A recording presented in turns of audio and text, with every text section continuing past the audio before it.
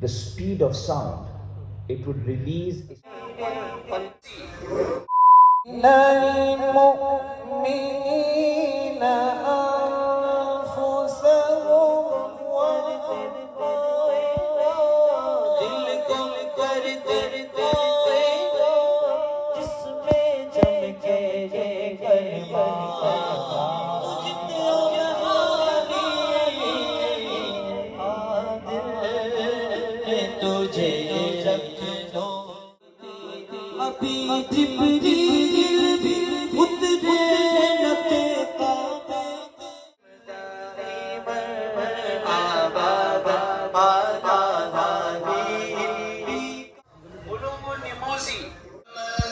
لخير الخلق يدا أحد إلا وبه.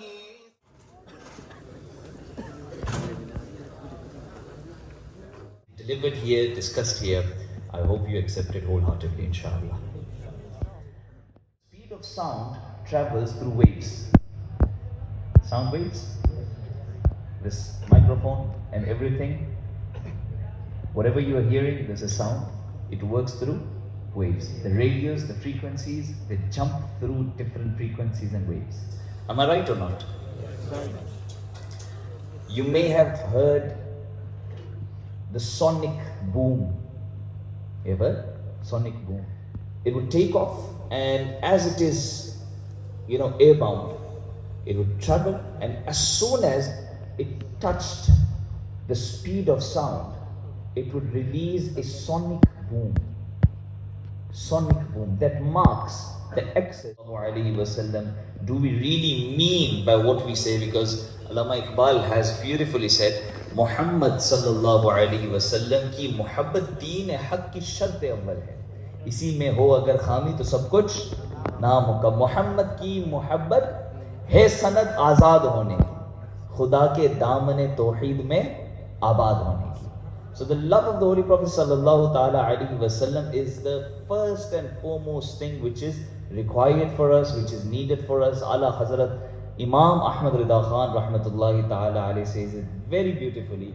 Wo jo na the to kuch na tha, wo jo na ho to kuch na ho. Jaan hai wo jahan ki, jaan hai to jahan hai. Yani Prophet sallallahu alaihi wasallam is the soul of the universe. Without the soul, can the body survive? If you consider the universe to be a body, so the soul of that body is our beloved Master sallallahu ta'ala alaihi wasallam. So he is the purpose of creation.